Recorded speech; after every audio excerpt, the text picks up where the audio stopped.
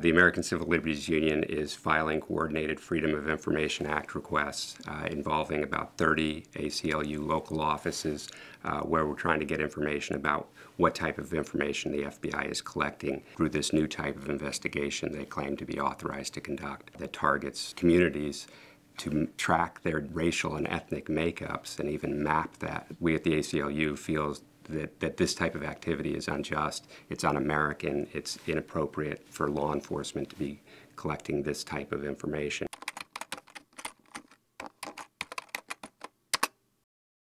It's absolutely not true that terrorism only comes from one particular race or religion. In fact, if you look through even our recent history, there have been a number of significant terrorist attacks by groups of varied races, varied ethnicities, varied religions.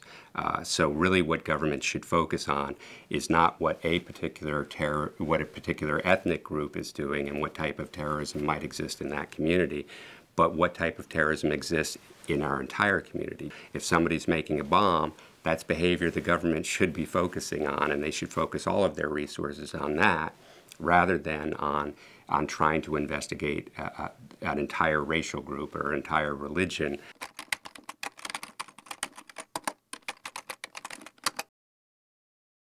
I spent 16 years at the FBI where the focus of my work was on domestic terrorism and covert operations. So that involved actually going undercover inside domestic terrorism groups. And that's why I learned that the rules around the FBI's methodologies were so important. I had to have a reasonable factual basis of suspicion before I could investigate somebody.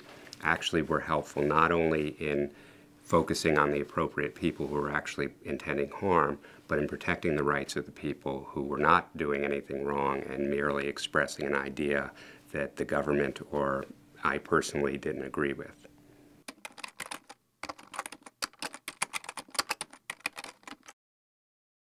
When I joined the FBI, I took an oath to defend the Constitution of the United States, and unfortunately I felt that I had to leave the FBI to fulfill that oath.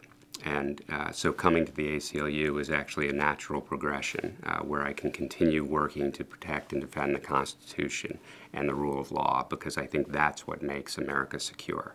And that's what will make us a better country and a stronger country overall.